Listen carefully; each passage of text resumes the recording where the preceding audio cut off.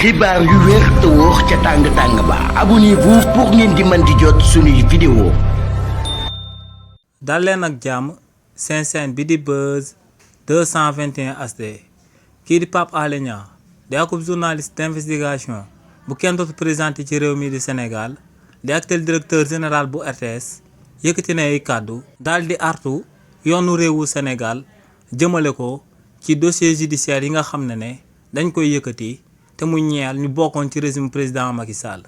si li ni mel kii di Pape Alé Niang ne kii di Mansour Faye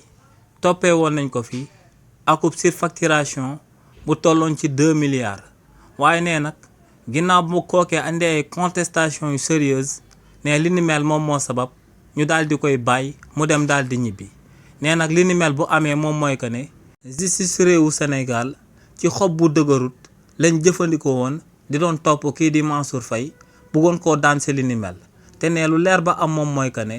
bëri na lool ay dossiers yu ñu nam ma daal di yëkkati buñ ko saytuut bu baax a baax boo moytuut ñooñee buñ demee ci kanam yoonu réewu Sénégal ne kon dañ leen di daal di libéré waat purement et simplement ne li ni mel nag moom moo sabab kii di Madiambal Diagne luñ daal di yëkkati akub mandat d'arrêt international daal di koy teg ci ndoddam ne dañoo war a daal di xaar ba am dossier bu solide jëmale ko ci jëmmam ñuy soog a daal di lancer mandat d'arrêt international boobee ne lu ko mooy tamit buñ jëlee akub dossier bu léger daal di koy teg ci jëmmam ne buñ ko jàppee ci kaso bi tamit bu àndee ay contestation yu sérieuse comme nu ko Mansour Faye amalee ne kon dañuy obligé daal di koy bàyyi mu dem daal di ñibbi te ne li ni mel bu continuer dinañ dem ba dinañ daal di ternir réputation wu yoonu réewu Sénégal ne li ni mel la leen di daal di bañal ne li ni mel moo sabab mu daal di leen di artu daal di leen di wax que ne balaa ñu fay topp akub nit dañoo war a daal di am ay firnde yu leer a leer jëmale ko ci kookee